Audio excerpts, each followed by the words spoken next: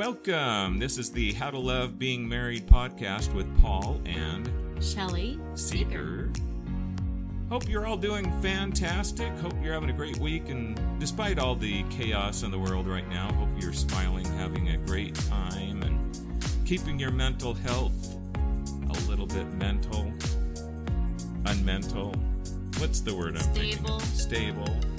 Hope you're keeping yourself stable. How about that? Positive, happy. Hope you're living in La La Land at least part of the time.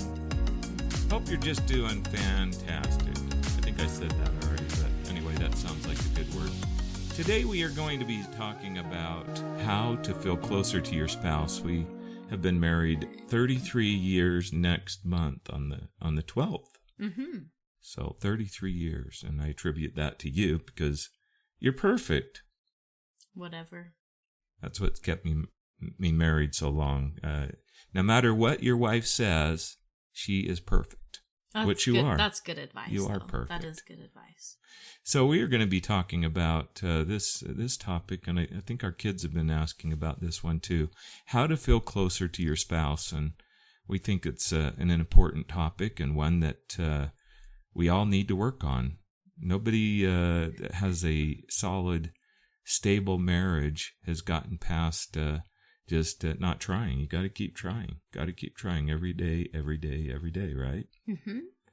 Yeah, and one thing that I think about is when we were dating, like we were completely crazy in love, and we still are. We had people call us. I had a pickup at the time, a little Chevy S10, if you know what those look like, and we had people say that Shelley was my tumor because she liked to sit right next to me. But oddly enough, we still like to do that. Yeah. I like her to be close to me, as weird as that sounds. So nothing wrong with your spouse being close to you. We hope that you do enjoy that. If you're not, then you gotta do something about that. You gotta fix the problem, because there is a problem if you don't feel close to your spouse, is there? Right.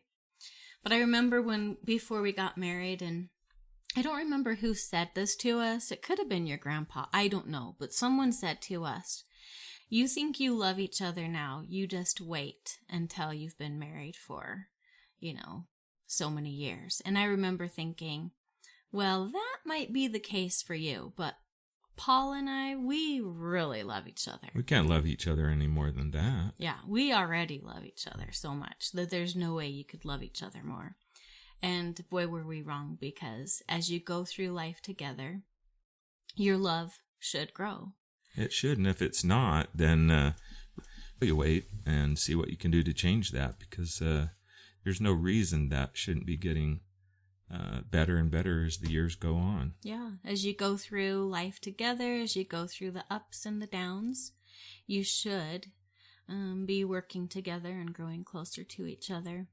And what I think with a relationship too is the people can look at us and think, oh, you guys you're just lucky. Yeah, it's just one of those things that you're just one of the few.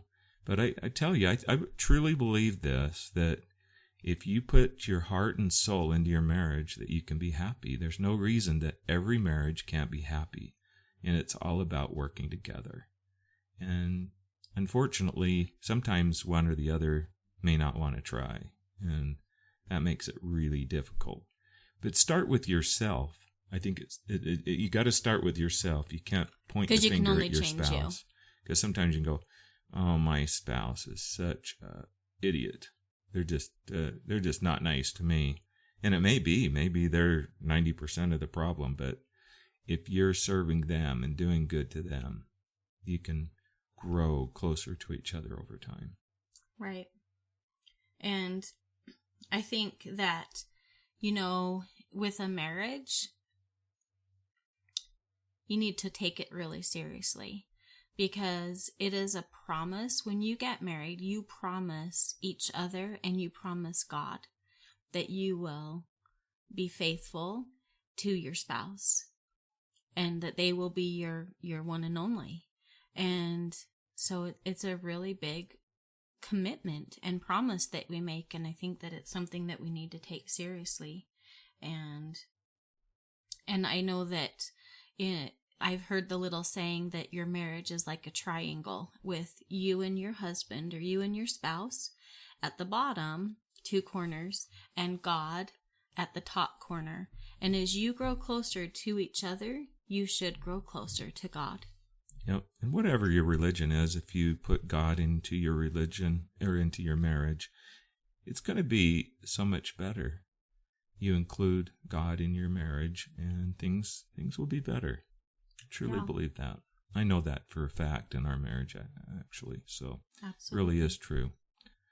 So what do we do? What do we do? My wife says, don't look at me and you start this thing out. So, well, one thing that I just thought of is I think that one thing that we have always done is said a prayer together at night. Not that you shouldn't do that in the morning, but that's not something that we've always done because you wake up at 4:30 and start working. But we always have said a prayer. She's at threatened night. me, do not wake me up at 4:30 in the morning. We'll be okay. But, He's too smart for that. Yep. But we It's have one of the always, reasons we've been married so long. But we've always said a prayer together at night, haven't we? We sure have. It's been important to us. I think your grandpa may have told us to do that. And he said, I remember my grandpa saying, do not go to bed angry at each other. Sometimes you can feel angry at your spouse, and it's important to not go to bed angry. And when you go to bed angry, you have those built up feelings towards your spouse, and typically you will wake up mad at them in the morning. Yeah. And have you ever had one of those dreams where you're mad at me? Yeah, you have it. Me too. I had one not too long ago. I don't remember the details, but I know that I woke up and she'd been so mean to me. And I don't know what it was, but you wake up and all of a sudden you feel like, she was mean to me. You have those almost so like real. those feelings that is so real that you kind of almost have those feelings still. So anyway, dreams are kind of interesting that way. So what are some of the things that we can do? You talked about prayer together, and I think that's an important one, not going to bed angry with one another. Yeah, I was thinking about that now that you say that. I was thinking about this earlier. I never remember not resolving a conflict before we went to sleep. Have we ever done that? I think it's probably happened, but we really have tried to resolve things. We may have tried to resolve it, and it may not have been resolved completely, and may go to bed with a little bit of some hard feelings. But Yeah, we try not to do that. That's an important thing. So don't do that. Resolve things ahead of time. So we're trying to think of some of the things that we've done to stay close to each other, and these may sound corny. I've had people think, oh, those are just corny things, but they really are true. And so we'll just walk through some of those. And one of those is hold hands. We like to hold hands. We'll even be watching TV together, and we'll hold hands. And we just feel like it brings us closer together. Mm-hmm. And as corny and goofy as that sounds, it brings a closeness to your relationship. It does. And if you look around, like we've looked around before, and don't you just love to see a couple that's walking and holding hands? Like that just warms my heart. We don't always hold hands walking because No, we don't. she's a fast walker, and if any of you have walked with my wife, you know exactly what I'm talking about. Moving I can your hardly arms. stand. I can hardly keep up with her, and I'm just panting, and she's like, dun, dun, dun, dun. So sometimes that's hard to do. But if we're on kind of a stroll, then yeah, we do. We hold hands, and so that brings us to number 2. I don't know if that's number 2 because we talked about some other things, but walk together. Yeah. Take walks together. Do you remember when I remember, we had 5 young kids, and our youngest are twins, and so life was so hectic. But I remember, Marissa, when she was old enough to babysit, probably at least 12 years old, you and I started going on a walk in the evening. Like we'd put all the kids to bed, and then we would tell Marissa, okay, you're in charge. And, we're going to go on a walk for a half hour and then we'll be back and we'll check in. She was only 6 at the time. No, just kidding. She was around 12, I believe. Yeah. So. But do you remember doing that? I remember feeling so much freedom that we could actually go for a walk, just the two of us. And it is hard as a newly married and young children. It's a little bit chaotic. I mean, you have the kids and they finally go to sleep and... Well, and you can go on walks with them too. But the thing that I remember loving so much is that we could go on a walk just together, just the two of us, and talk. Mm-hmm. I think that's such a great thing, is to go on a walk and talk. And really communication is one of those things that will help to bring you closer to your spouse.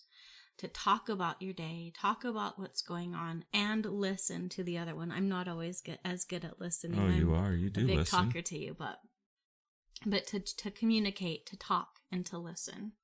And one thing I noticed is my wife would have kind of a rough day with the kids, and believe me, the kids, and we probably talked about this in one of our other podcasts, but the women home with the children or spending so much time with the children, it's hard on them. It really is. It's a hard thing to be with the kids that long, and they about lose their marbles.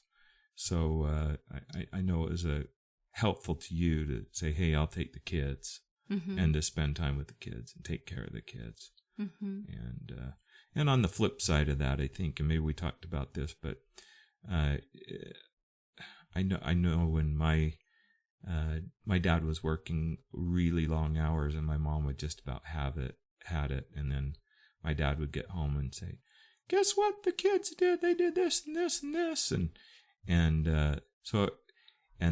So as a husband, you get to come home and all of a sudden you get to hear about how bad the kids were, and you're supposed to be the disciplinary all of a sudden to them. And that's got to be difficult too. But so there's kind of a fine line there that you kind of have to see both ways, because you do have to be there and be the disciplinary, and you have to also give your spouse, your wife, or whoever's home with the kids all day. I guess it could be different depending on your relationship and what's going on. But if you're home with all the kids, you kind of need a little bit of a break. It's hard to be around the kids day in and day out, 24 hours a day. Well, to be on your own with the kids. On your own. And that was what was nice. You would come home and we worked together. Your job was never done and mine wasn't either.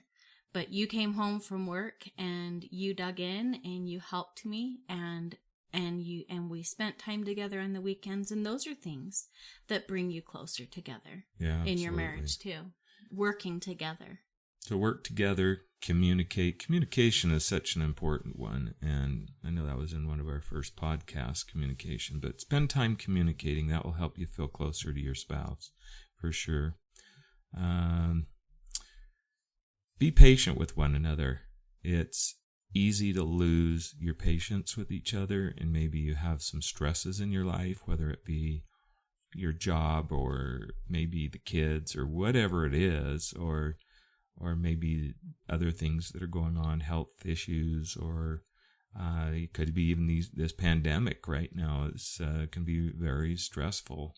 So be patient with one another. Everybody goes through some challenging times, and we need to be able to be patient with one another. I know that Shelley will have a bad day, and she knows sometimes when I have an extra long week and I'm not getting a lot of sleep, I can be a little more cranky than usual, and she's very good about being patient with me, even though I probably deserve a big kick in the pants.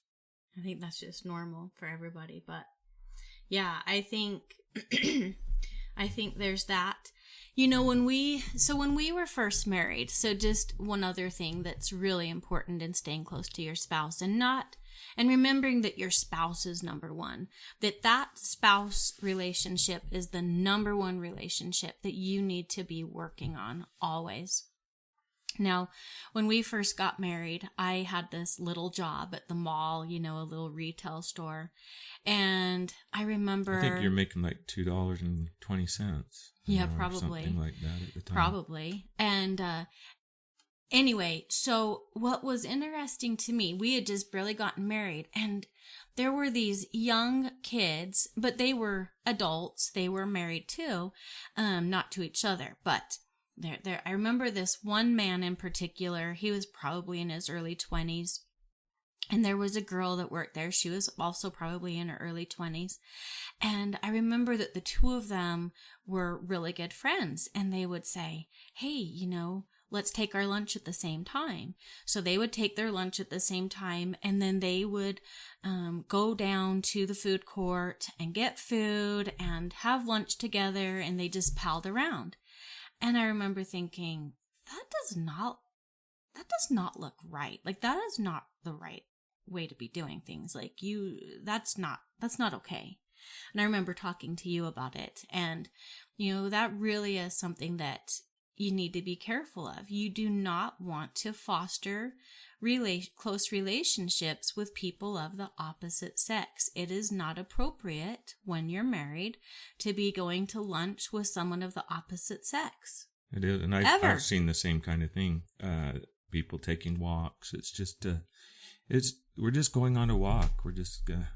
But what happens is you start talking about your problems and you start confiding in them, and then pretty soon you become close to that person, and that's just a recipe for disaster. What you could think of is, would you like your spouse palling around with somebody of the opposite sex like you might be? So if you're doing that kind of thing, just think, would I want my spouse doing what I'm doing?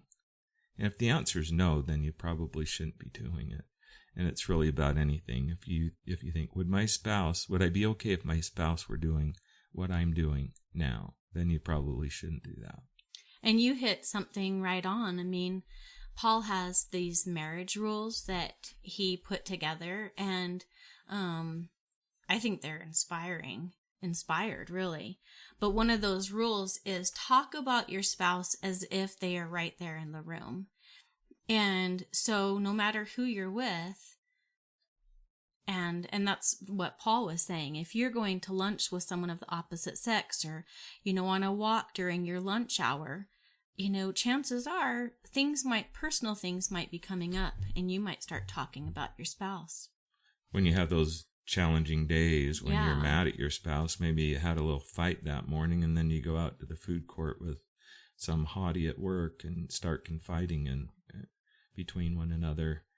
It's just not appropriate. It's inappropriate.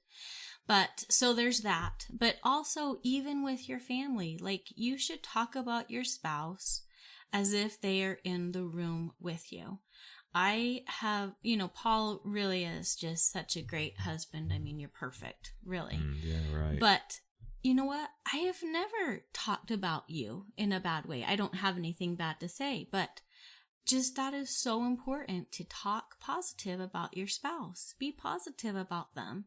And if you have a problem with them, be really careful what you go to your parents and say, because if you say things to your parents about your spouse, then they might have bad feelings towards your spouse, and then you go home and you're completely fine, and your parents still have some bad feelings towards your spouse.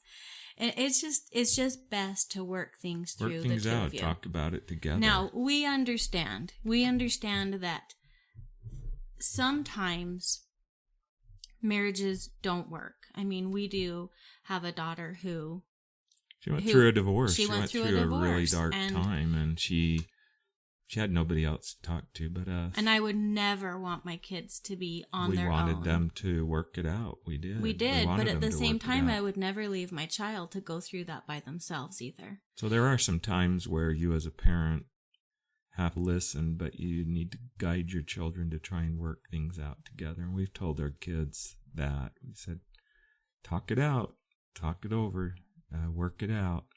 But I think that, there are, like we say, there are some marriages that really are doomed, like our daughter's first marriage. And now she's so happy with her husband now. They're really good together. But we're talking about marriages that are good. And in a marriage that is good, please try to talk about your spouses if they're in the room and be positive about them. I trust you. I know that you would never say anything negative about me. And I would never say anything negative about you. I don't have anything negative to say. So how important that is, I think. I've heard guys chew their wife out on the phone at work and got off the phone. And I said, wow. I said, you really need to apologize to your wife. I said, I don't know what you were talking about, but you are way out of line talking to your wife that way. I'd never talk to her. And it's probably none of my business to say that, but I figure if they're going to talk about their wife right loud enough for me to hear, then I feel okay saying something. Yeah. Don't want to get in their business, but if they're going to open it up to the whole world to hear, watch out, I'll defend. Right. You need to be able to trust each other. You really do. Trust each other. And I know that you have my best interest in your heart, and I have your best interest in my heart. That's one thing. I mean, that's another thing to write down. Have each other's best interest in mind. She's the most important thing in my life, and I want to put her first. And same here for you. Sometimes I don't always do it, but I try to, and we make mistakes, and then we try again. Don't think we're perfect. We're not trying to say we're perfect, but we try to learn from our mistakes and fix those problems and move on. Yeah. Okay, so I have to just lighten the mood for just a second. So there is this song called I Don't Want to Love Nobody But You. And we won't say the artist. Yeah, we won't give. We don't want to away. get sued. But anywho, so I think it's just, well, I think it's kind of funny because, well, it's not funny, but I think that some people out there go, well, I don't want to love anybody but you until I do. And I think that. And then a few weeks later, they're singing another song about another woman. Right. But sadly, that really does happen. I mean, marriages fall apart because you don't take a marriage seriously, a relationship seriously. And usually when you meet that person, you're going, that's what you feel. I don't want to love anybody but you. And it's true in the beginning. Right. But so keep those flames. But you can fall out of love if you don't keep it burning and try. Keep working. And I think that, like Paul said, once you have children, your marriage really does change. And so we just wanted to say, one of the things that is so important in your marriage is to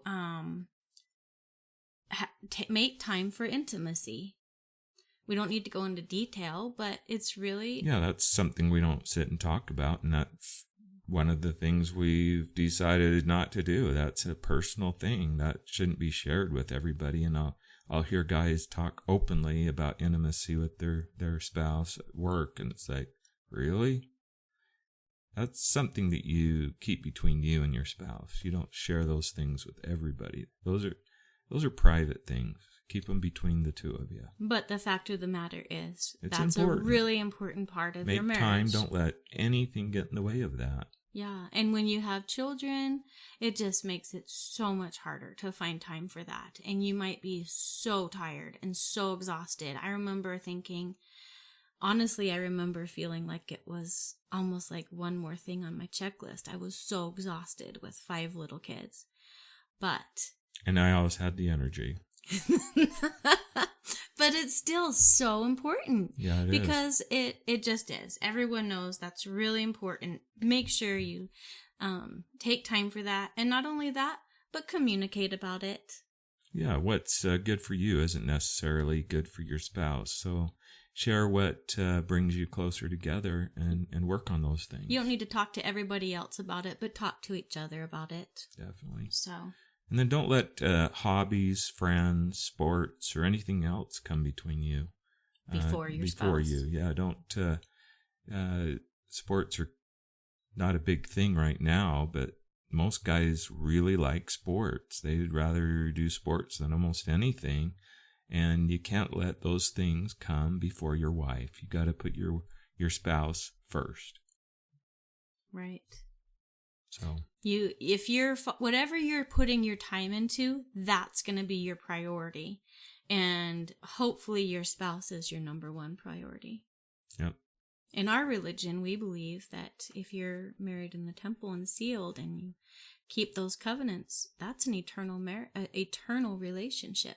Yep. Number one relation, or number one important person in my life is you, and I should be for you. So act like it really is, like they are your number one. Compliment each other. Say something nice about your spouse every day and do things for one another. Yeah, I love that. Like Paul always says nice things about me. All the time you're complimenting me. And, I can know I don't look that great, but you always tell me always do. Tell me that I do. And it's always made me feel good. You've always made me feel so good. And I hope I make you feel good too. Absolutely. Yeah. She's always saying nice things about me and thanking me. And we talked about this as a family today, being thankful. Thank each other. Be thankful. Tell one another thank you. I love that. Yeah. Is it that hard to say thank you? Thank you for making dinner and making the rice and beans today. Thank you for making the chicken. Yeah, I love that. And that's something that if you are thanking your spouse and making them feel appreciated and loved and cared about, they're going to probably appreciate and thank you too for the things just that you do. Just like a friend, if a friend comes up to you and says, "Oh, thank you very much. I wanted to just thank you," and they give you a candy bar or whatever it is, and they tell you thank you, that you think, wow, that was really nice, and you want to do something nice back.